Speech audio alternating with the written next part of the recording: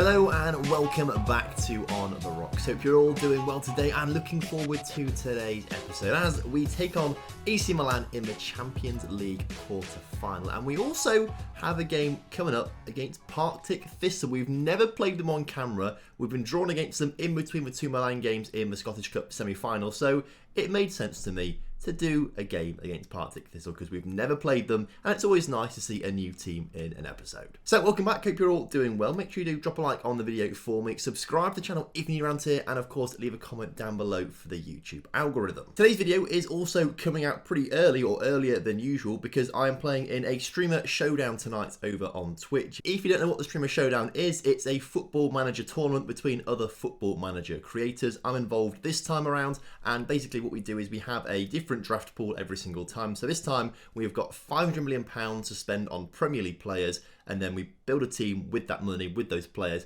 and play against each other until we have a winner. Tonight is the draft, so tonight is just us building our teams essentially and drafting in the players that we want. So I'll be live about 6:30 on twitch.tv/TomFM. That's 6:30 UK time, so obviously work that out with your time zone. So would love it if you guys could come along and give me a hand with that one, because I've not won one since FM20, so I need to get back to winning ways. Anyway, enough of that. Let's get into today's episode, where things have been going pretty well in between episodes. Since you were last here for the wins against Porto, we have beaten Hearts 2-0, as you can see with Jens Neve and Jan Cavalcanti on the score sheet. We thumped Livingston 5-0 with Stone St John picking up a brace, Vangelis Alexandros getting one, Thad McRae getting one, and Evie Cathy Fothera getting one, before Demancic, Stone St John and Vangelis Alexandros scored in a 3-1 victory over St Mirren. All of that means that we are now champions of the Scottish Premiership once again, as you would kind of probably expect at this stage. We are miles ahead of everyone with a plus 123 goal difference. It's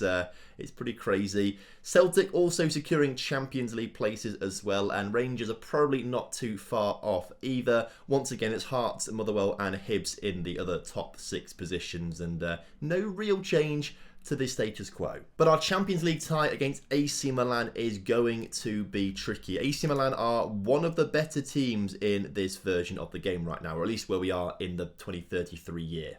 Obviously, we beat them to win our only Champions League final in the 2023-30 season, but they usually get to the quarterfinals or the semi-finals as well, so they're decent. Obviously, we are the last Scottish team left in the Champions League. The one team we need to watch out for is PSG. Hopefully, Tottenham manage to beat them, but it's PSG, so they probably won't. Obviously, no clubs left in the Europa League. No French clubs either, which is probably quite good for us. And actually, no Italian clubs either. Is that good for us? How many Italian clubs are left in the Champions League? Just AC Milan. So if we knock them out, that might actually be good for us. Well, be good for us, obviously, because we'll go through, but also good for the coefficient points as well. No French or Italian clubs in the Europa League. And in the Europa Conference League, we have got Hibs left in there. There's one French team in Monaco, but no Italian teams. So if Hibs do well here and beat Malmo, that might be all right. Now, Malmo just beat Motherwell, didn't they? So it's going to be quite tricky for Hibs, but I'd like to think we could maybe give the Italians a run for their money. Anyway, the team is what you would probably expect, to be fair, with one little change. Because Alexandro is suspended, Tigger McLumper comes into the back line, but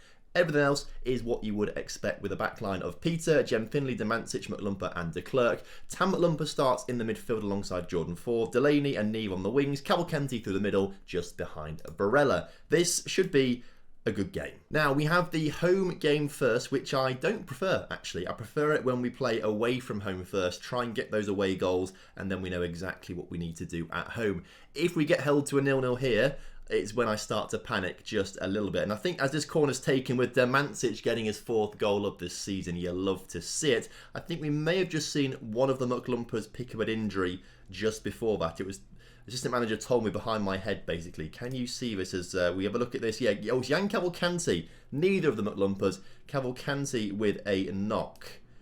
So what this might mean is that Evie Cathy Fothera comes on as that shadow striker. In the meantime, Jens Neve with a free kick. It's saved by the keeper, really close. It looked like it might have gone over the line even. Will we get some goal line technology on this one?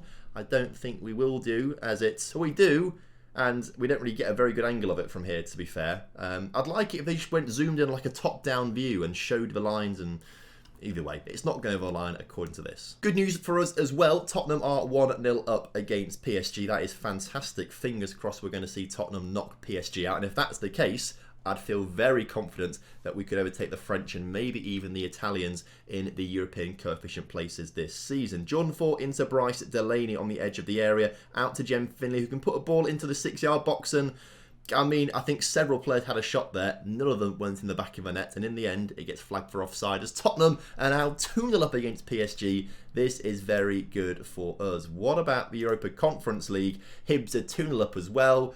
Things are going well. Almost too well, which is a little worrying. As we get the second half underway though, will things change around? Well, hopefully not. AC Milan have offered nothing so far in this game. We've not seen a single highlight in their favour just yet.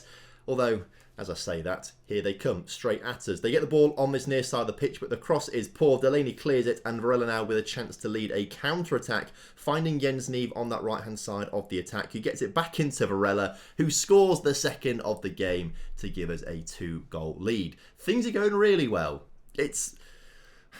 Something will go wrong. Maybe things are starting to go wrong in the Tottenham PSG game. Kulusevski's pulled one back for PSG, and a crucial away goal for them as well. That may end up being it, you know, as Jens Neve puts the ball into Demancic, who gets his second of the game. He's been so quiet from corners this season, but in the last 2 episodes, we've seen him score 3 goals now, and he also scored one from a corner in between episodes as well. So he's finally decided, oh, I need to start scoring goals again. But 3-0 is very good for us. We will make a couple of quick changes. Demancic will come off for Aaron Fielding, and we'll bring Ishmael on for Bryce Delaney. But as we cruise to a 3-0 victory, hopefully we see Tottenham hold on to their 2-1 win. I would click on to see how the other teams have got on, but Tam Lumpa scores a 4th goal from another corner now. Surely this is an unassailable lead for Milan. I mean, unassailable lead for us, but Milan can't come back into it, if you know what I mean. When it comes to the Europa Conference League, Hibs still 2-0 up against Malmo at home. Fingers crossed they can hold on to that lead in the second leg, and everything will be fantastic. I mean, imagine the scenes if PSG go out now, and we go on to win this, and Hibs go on to win the Europa Conference League. This could be mental. I think one of the top comments in a video earlier on this week was saying that the coefficient points are awarded for the amount of wins you get, not necessarily the amount of teams that you've got in those competitions, although obviously more teams you have in there, the more wins you might get, the more points you might get. So I think it's all done on that, maybe, at least that might be part of it. So if we can get all of the Italian and all of the French teams out now, and then we just keep winning games to get to the final, that might be enough. I'll be honest, I really don't know how coefficient points work. I thought I did, and I don't, and lots of people are saying different things in the comment section, so I might Google it in time for FM22. I'm not going to do it now, you know, we're too late into this for me to actually work out how it works. I don't want to know. I'll find out for FM22. In the meantime, Ivikasti Fothera is injured for 1 to 2 days with a bruised ankle, so was going to start against Partick Thistle, might not now. So for the game against Partick Thistle, we are going to rotate massively with Marcelo Gil in goal, a backline of Jem Finley, Tigger McLumper, Aaron Fielding and Reyes de Souza, Medina and Stone St John in the middle, Ishmael on the left, Alien on the right, Alexandris through the middle, and then we are going to maybe start Evie Cathy Fothera, but Fox Anderson may end up coming on. We don't want to aggravate an injury too much. But here we are at Hampton Park for the Scottish Cup semi-final. Partick Thistle in the Championship. Never been actually out of the Championship. We've never played them in the league. We've played them once before, and that was in the 4th round of this competition last season. So only our second ever meeting with Partick Thistle, the first time they've ever been on an episode, and they've never been in the top flight. So this is, I feel a bit sad for what we're about to do to them, because we will smash them by quite a bit. But I do like Partick Thistle because they have one of the greatest names in football. It's just a shame that Ishmael is going to absolutely batter them. So as this replay was happening, I got a call. Had to go and take this call very quickly. So I've no idea if I've just commentated on this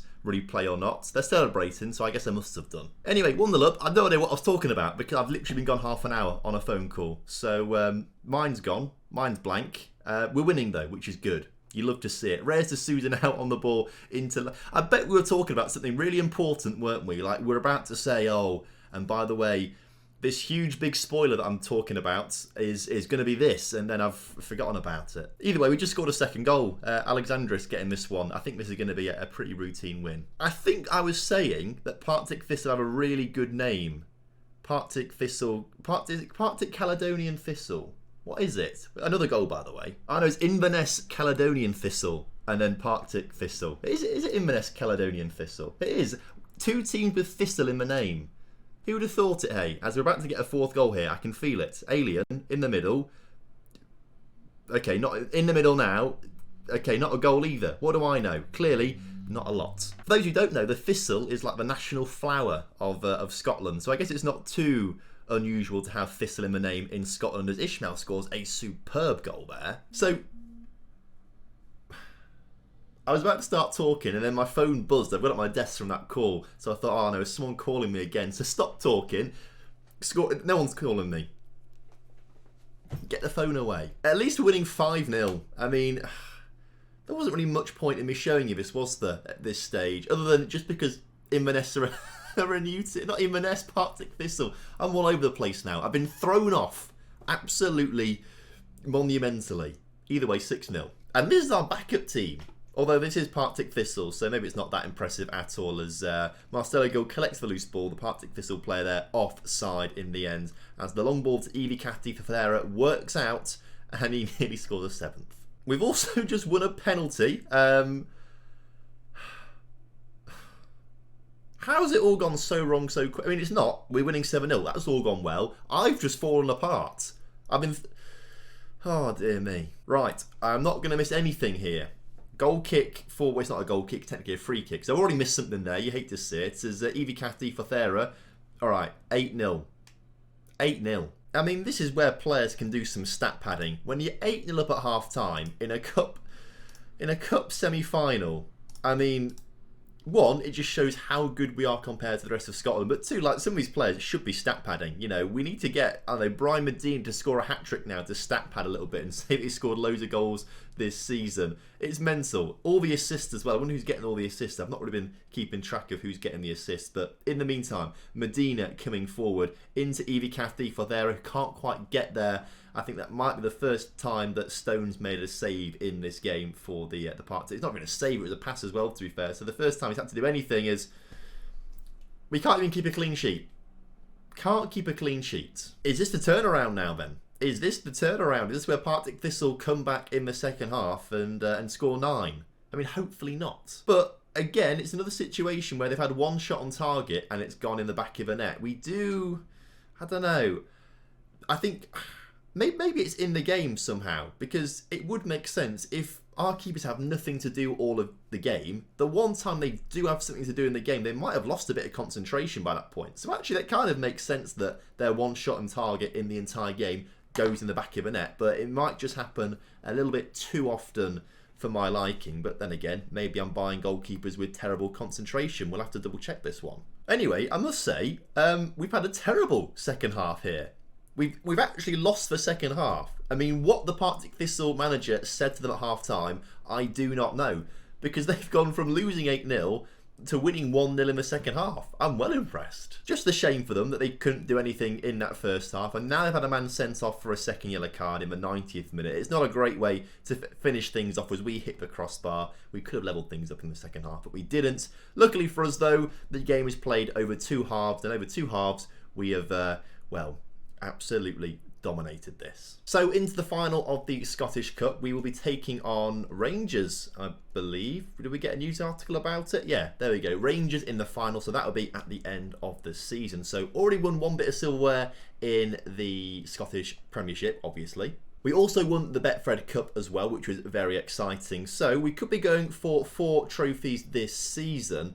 The Club World Championships, I think, is this summer as well. Club World Championships, which of course we won. It is this summer, which we are going to be in. So we could be on for a quintuple this season, all of a sudden. Or does this count as next season, the Club World Championships? And if we win the Champions League this year, we go for the sextuple next season, starting with the Club World Championships. Maybe Maybe that's what we need to do. That is a long way off though, and for the sextuple to be pulled off, we need to make sure we win the Champions League. Luckily for us, we are 4-0 up against AC Milan, so a semi-final looks pretty much on the cards. Of course, Hibs are 2-0 up against Malmo, so I'd like to think they'll win that one as well. For this game, naturally, we're going to switch back to our first starting team, where everyone can play, including Alexandro back on the pitch this time, following him serving his suspension for the first leg.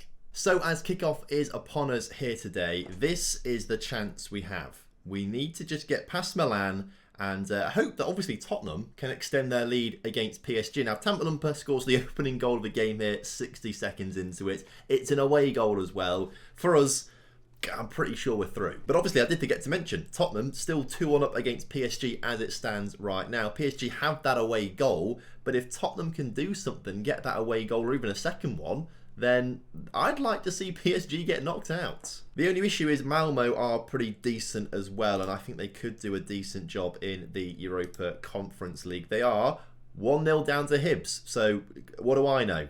Not much, apparently. Okay, Sandro on the ball for us then, as we look to try and get a second goal here to put any reasonable doubts into them. I've said that sentence wrong, haven't I? Put the result beyond any reasonable doubt. That's what I was looking for, and then I just forgot some words before I said reasonable doubt, and it kind of made no sense. Either way, Bryce Delaney into Cavalcanti. Can't quite get the goal at the near post, but we do have another chance to not come back at them because the highlight finishes. PSG 1-0 up against Spurs, it says there. That means PSG are going through as it stands right now. So I guess mixed news. Obviously, Hibs will still be in the competition. PSG, as it stands right now, will also still be in the competition. Please, Tottenham. You know, Tottenham beat us in the European Super Cup a couple years ago. I'd like to think that PSG side, or that Tottenham side, sorry, are still there, good enough to beat PSG, but they're probably not, as Varela scores a second goal. Come on, Tottenham. Please do us a big favour, Spurs. We need you to do us a big favour. I don't think we're going to see much as there we go. Tottenham 2-0 down now to PSG. That's PSG turning that game around. Still 25 minutes or so for them to get back in it, but it's just a shame PSG are so bloody good. If they didn't have PSG in France, we'd have dominated France already in terms of coefficient points. It's just that PSG always seem to do better than, well, as well as us at least, and they seem to just keep France ahead in the coefficient points. If that wasn't the case, it would be completely different, as we nearly score a goal in a goal-mouth scramble there. If we switch over to the Europa Conference League, Hibs are still winning. Monaco beating Salzburg, but I can't remember what the first leg result was from that actually, so I can't say who's going through there. Hopefully Salzburg do. Malmo with a man sent off now. This hopefully means Hibs are safely through into the semi-finals of the Europa Conference League, which is great. We're safely through to the semi-finals of the Champions League. I saw some results flick through right at the end, but I'm not sure if they were Tottenham or not. They actually were Tottenham. It was just PSG scoring more goals. So PSG are through. That is frustrating. You hate to see it. And the really annoying thing is, it's United we get in the semi-finals. It's not PSG. If it was PSG, that would be class. But it might set us up for another final against them. In terms of the Europa League, Monaco go through 2-0 against Salzburg then alongside Hibs, Bilbao and Arsenal. So what does that mean for the semi-finals? Oh, it means Hibs v Monaco in the semi-finals. Right. Hibs are so close, you know. I think this might just be the end of the road for them. But if they can beat Monaco, that does wonders for our coefficient points. If they don't, we stay behind France this season. Simple as that. Because both Hibs and Monaco and us and PSG have gone through, I don't think it makes any difference to the Nation Club coefficient points at all. In terms of distance between us, no, still 3 points between us, and we are still 10 points off Italy and Germany, despite the fact that all the Italian clubs are now out. That's annoying. Even if we go on to win the Champions League, and even if we go on to win the Europa League with Hibs, I don't think we're catching up to Italy. That's a bit annoying. Either way, it's still on, which is good. So I'll see you next time for the games against Manchester United. They will be a lot of fun, and fingers crossed we get the results that we deserve. Also, quick reminder, I'm streaming the Streamer Showdown later on this evening. Link in the description to come follow me over on Twitch. The more of you there, the better the show it will be. So would love it if you guys could join me in the chat and just watch along and give me some tips on who I should be buying. Usually I've got a pretty good idea, but seeing as I've not won a showdown for a long time, maybe you guys know better than I do. So thanks very much for watching. Hope you guys have a good one. I will see you next time. Have a good one. Goodbye.